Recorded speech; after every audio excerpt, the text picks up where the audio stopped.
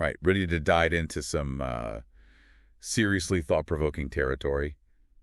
Today we're tackling the Stanford Prison Experiment. Oh, yeah. You know, the one that turned a bunch of regular college students into...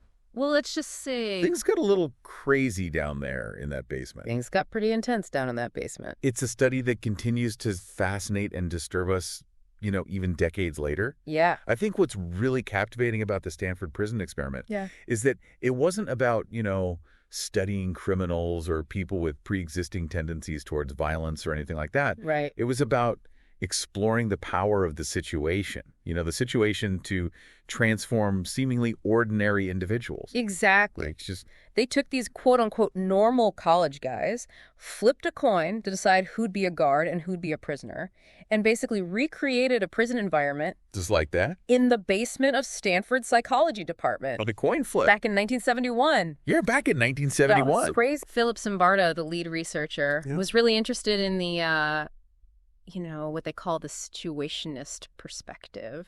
The idea that our environment, you know, can have a more profound impact on our behavior than our individual personalities. Like, think about it.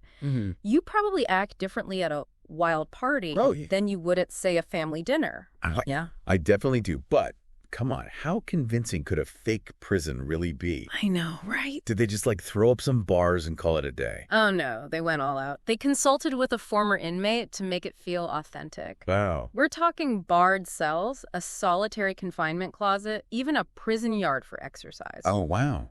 They wanted to create an experience that felt as real as possible. And to really drive home the whole loss of identity thing? Oh, yeah. They gave the prisoners these humiliating uniforms. Right. Assigned them numbers instead of names. Yeah. And even made them wear nylon stockings over their heads to simulate shaved heads. It's pretty wild. It's wild to think that these were just average college students. Right. Who volunteered for what they thought was a simple psychology study. And remember, they rigorously screened these volunteers to make sure they were psychologically healthy. Yeah. With no history of criminal behavior or any other red flags. Right. That randomness of role assignment, that coin flip, was key to the whole experiment. Right. It meant that any differences they saw between the prisoners and guards could be chalked up to the roles themselves. Not some pre-existing personality trait. Yeah, not some pre-existing personality trait. Okay, so they've got their makeshift prison. They're randomly assigned roles. Right. What happens next? Okay. Do they just, you know, hang out and make license plates or whatever they do in prison? Not exactly. What's shocking is how quickly things spiraled. Yeah. Almost immediately, the prisoners started exhibiting signs of depression and anxiety. Really? They became withdrawn, submissive, and some even experienced emotional breakdowns.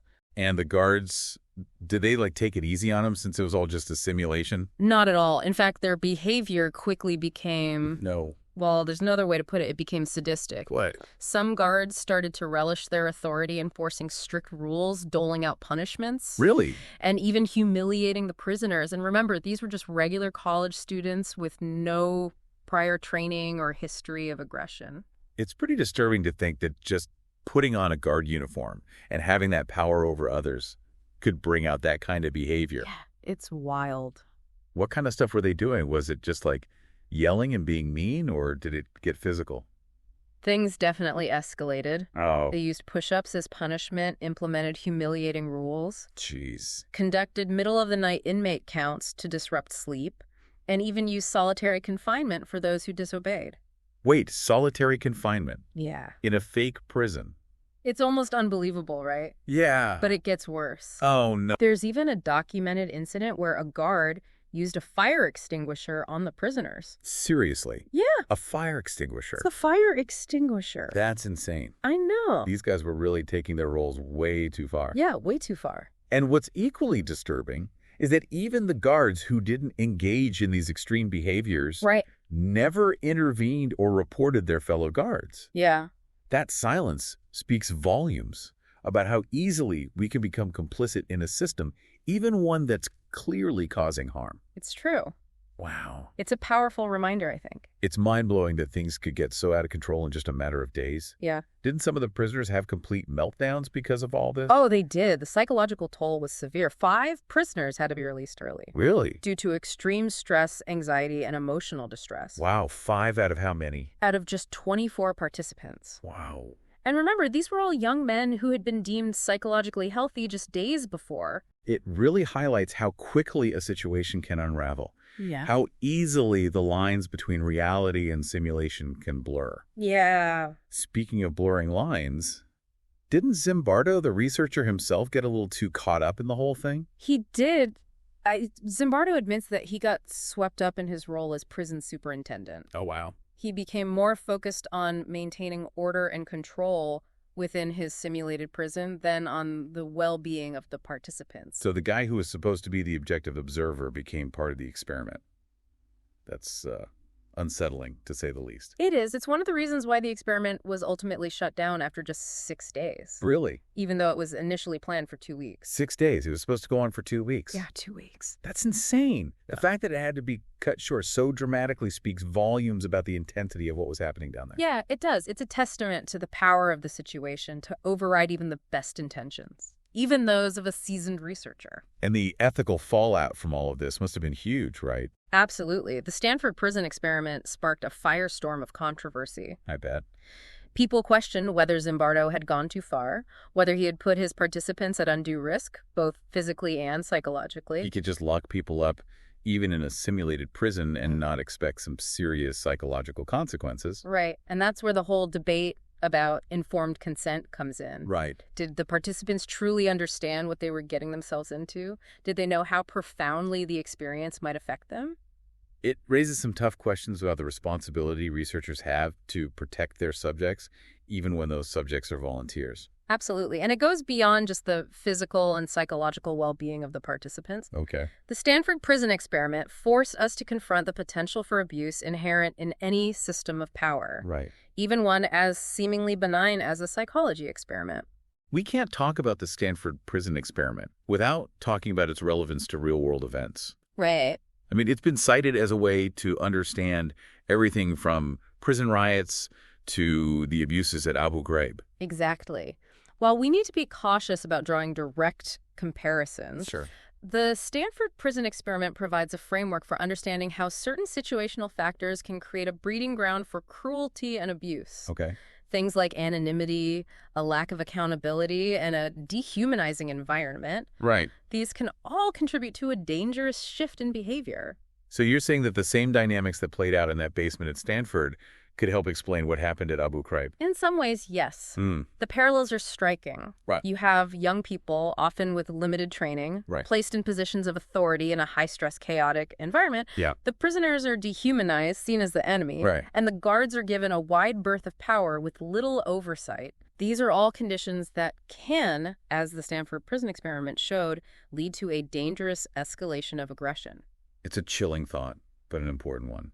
It's a reminder that any one of us, given the right, or should I say wrong, set of circumstances, could be capable of acts we never thought possible.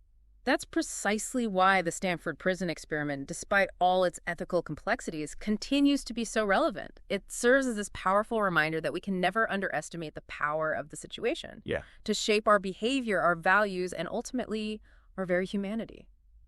So if even a highly controlled experiment like this could go so wrong, what hope do we have for the real world? I mean, are we all just one bad day away from becoming tyrants? Well, the good news is that the Stanford Prison Experiment doesn't necessarily mean we're all doomed to become monsters. It's more about understanding the conditions that can make even seemingly good people act in harmful ways. So it's like a warning sign, right? Mm-hmm. If we recognize those conditions, those red flags, maybe we can avoid falling into the same traps. Exactly. It's about being aware of the power of the situation and not underestimating the influence it can have on our behavior, our decisions, even our values. Okay, but how do we actually do that?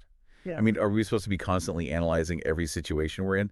That sounds exhausting. It doesn't have to be about overthinking everything. It's more about developing a sense of self-awareness, of being mindful of how our environment might be affecting us. Are we feeling pressured to conform? Right. Are we silencing our own doubts or moral objections? These are the kinds of questions we need to be asking ourselves. So it's about cultivating a healthy skepticism, both of ourselves and the situations we find ourselves in. Exactly. And it's also about recognizing that we have a responsibility to speak up to challenge injustice and abuse, even when it's uncomfortable. Remember in the Stanford Prison Experiment, even the guards who weren't actively participating in the abuse rarely intervened or reported what was happening. It's a classic case of bystander apathy, right? Yeah. We assume someone else will take care of it, that it's not our problem. Yeah. And that's a dangerous trap to fall into. We can't just passively accept harmful behavior, whether it's in a prison, a workplace, or even online. We all have a role to play in creating a more ethical and just society. So the Stanford Prison Experiment, for all its ethical complexities and disturbing findings, can ultimately serve as a powerful lesson in individual responsibility. It's a call to action, a reminder that we each have the power to resist harmful social dynamics, to stand up for what's right, and to choose compassion over conformity. It's a powerful message to end on cool. The Stanford Prison Experiment, as unsettling as it is, ultimately reminds us that we're not just passive products of our environment. We have agency, we have a choice. And those choices have real-world consequences, not just for ourselves, but for those around us. And that perhaps is the most enduring legacy of this controversial experiment. It challenges us to confront the complexities of human nature, to acknowledge the power of the situation, and ultimately to choose to be better, to do better. Well, that brings us to the end of our deep dive into the Stanford Prison Experiment. We hope this conversation has given you a new perspective on the forces that shape our behavior, the importance of individual responsibility, and the enduring power of human choice. And if you're interested in exploring this topic further, be sure to check out the resources we've linked in the show notes. There's so much more to uncover, and we encourage you to keep digging, keep questioning, and keep pushing for a more just and humane world. Until next time, keep diving deep and keep those critical thinking caps on.